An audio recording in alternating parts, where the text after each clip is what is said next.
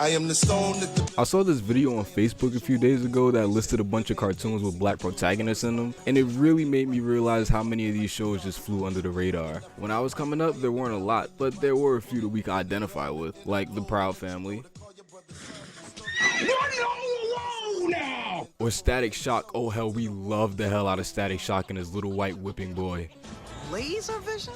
How am I supposed to fight supervillains? Think them into submission? Oh my god, is that fucking Max Goof? My best friend's gone because of you and your stupid racism. I hate you! Shit, I think the Wayans brothers even had a cartoon on Nicktoons for a little while. That's what I'm talking about. Why it always gotta be a white Christmas?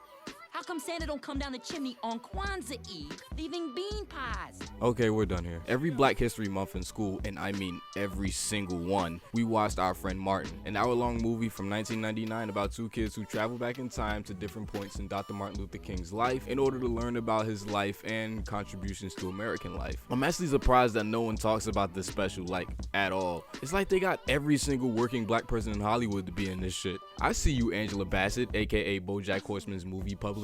Nice to see you, Sister Act. Oh, hi, one of these. Insert greeting here, Urkel. Honestly, there was a joke here about Oprah being in this too, but I took it out. Oprah can do anything! Is that fucking Samuel L. Jackson? Is he just angry in everything he's in? Look, brothers, see what they tried to do to Reverend King? Burn his house down, kill his family. They want to take his life. Enough is enough! I have had it with these motherfucking snakes on this motherfucking plane! I can't tell whether that's an actual line or if I edited that in, being honest. Also, there's John Travolta and Susan Sarandon in here too or something. I don't know.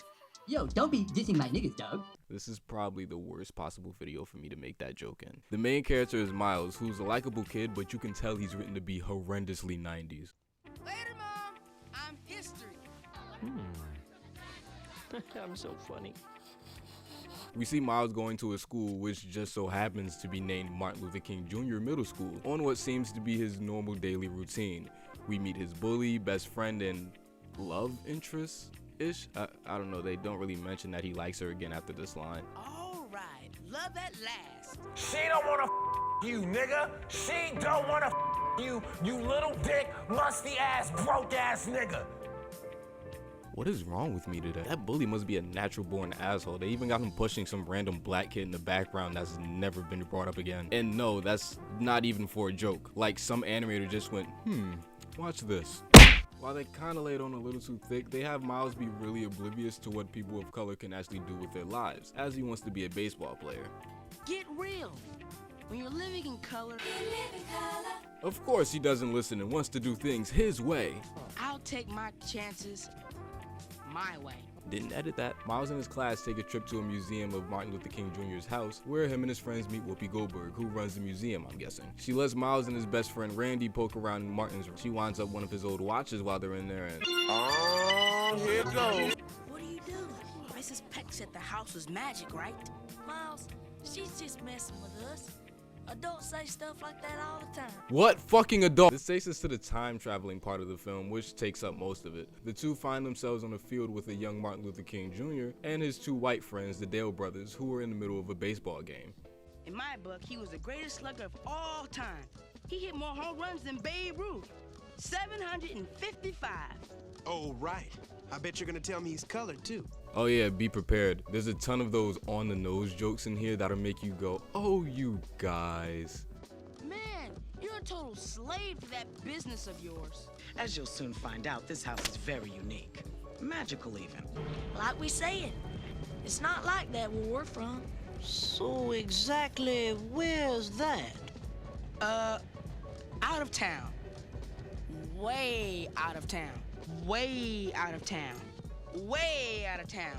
Knock it off! But then the Dales brothers' moms comes and tells them that they can't play with her son anymore because they're black, and it's just so... Miles and I are best friends. We hang out all the time. Well, it ain't natural, I tell you. I suggest you leave them Negroes alone, or the only hanging you'll be doing with them is from a tree. And if you two don't like it, you can just pass the blunt to the nigga on your left. Okay. They travel to a few other times too. They see Martin right before he goes off to college. They see him when he's a reverend on the night that his house gets burned down. Does he look like a bitch. I am having beyond the exceeded amount of fun. They even come back the next day to bring Maria and Kyle along to the Million Man March. But in all honesty, they probably wouldn't have unless those two didn't get nosy. I don't buy it. How'd they know all that stuff? I'm the one who skipped 2 grades. I think those two are up to something, and I'm gonna find out what. Are you with me? You kidding? Like I need an excuse to pound on those old chumps. Well, I mean, if it comes that easy to you, you ain't have to take so long to answer her. I mean, come on. They then find out that Martin was assassinated and try to find a way to go back in time to stop it. So they go back to the field where they first met him and bring him to the present. Only the whole country is still segregated since they removed him from the past. So Randy and the bully are friends and don't know who Miles is because to them he's just some random black kid. They can't ride the school bus. Maria is a maid at the school who speaks 0 English. Miles's family is poor and the school's name is...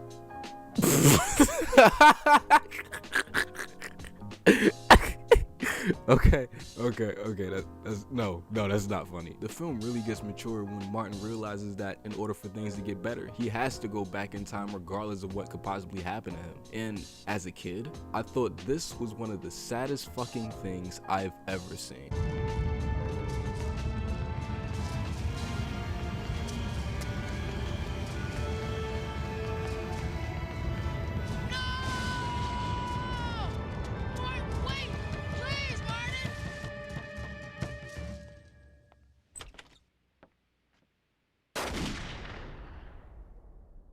Soon after, we see everything's back to normal in Miles' time. He does the whole, guys, is it really you BS that we've seen 1,000,000 times before.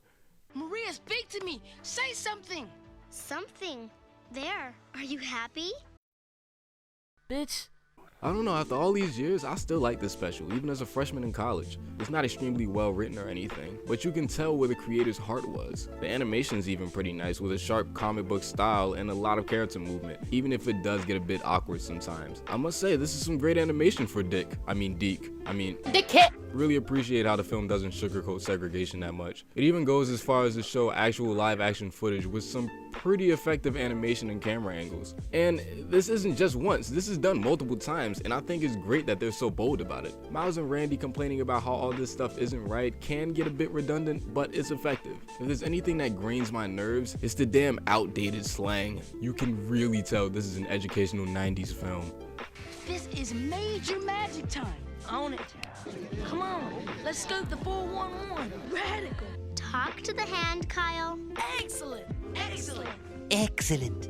The only other review of this movie on YouTube brings up the problem that the special focuses on MLK and how his disappearance sort of leads to like this mass segregation where there were like dozens of other civil rights activists that did just as much as he did. And you know, I sat on this for a while because that is a good point, but I think I found a good reason. I think Martin is used in this special more as a symbol for civil rights as a whole rather than just himself. They might have used him because it's an easier story to simplify for a younger audience. Trust me, this cartoon would have went so south if they used Malcolm X instead. But I don't think Martin is the real centerpiece. Martin disappearing in this film is the equivalent to the entire civil rights movement disappearing, and him telling Miles that he has to go and fight for what's right regardless of what will happen to him is the exact same thing every single activist had to tell themselves every single day. And I mean, no, this movie isn't rebellious in its voice by saying justice for black people or justice for people of color, but it's more of a message of unity.